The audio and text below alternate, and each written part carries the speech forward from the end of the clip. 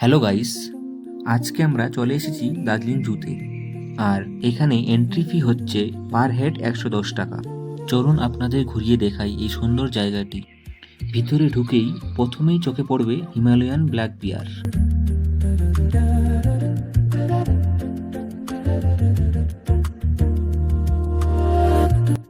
এরপর একে একে চোখে পড়বে বিভিন্ন ধরনের প্রাণী।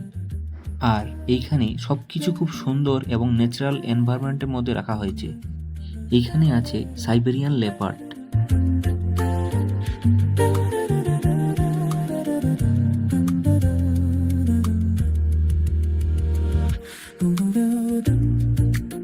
আর এই দিকটায় আছে অ্যানিম্যাল এনক্লোজার। জায়গাটা বেশ প্রাকৃতিক, তাই প্রাণীগুলো নিজেদের মতো করে চলাফেরা করতে পারে। আর এইবার চলে এসেছি সবচেয়ে একটা এক্সাইটিং জায়গায়। সামনে দেখতে পাচ্ছেন রয়্যাল বেঙ্গল টাইগার। ভিডিওতে যতটা সুন্দর লাগছে, সামনে কিন্তু আরও বেশি ইমপ্রেসিভ। দার্জিলিংয়ের এই পাহাড়ি পরিবেশে এইসব প্রাণীদের দেখতে পাওয়া সত্যি একটা আলাদা এক্সপিরিয়েন্স। প্রকৃতি আর ওয়াইল্ড লাইফ একসঙ্গে মিলে গেছে। এই জুতে আসার সবচেয়ে বড় অ্যাট্রাকশনের মধ্যে একটা হলো রেড পান্ডা।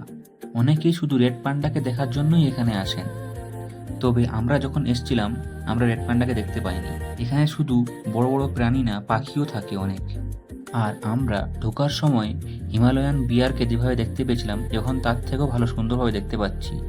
ওকে নিজের মতো করে ঘুরতে দেখতে পেয়েও বেশ সুন্দর লাগছে।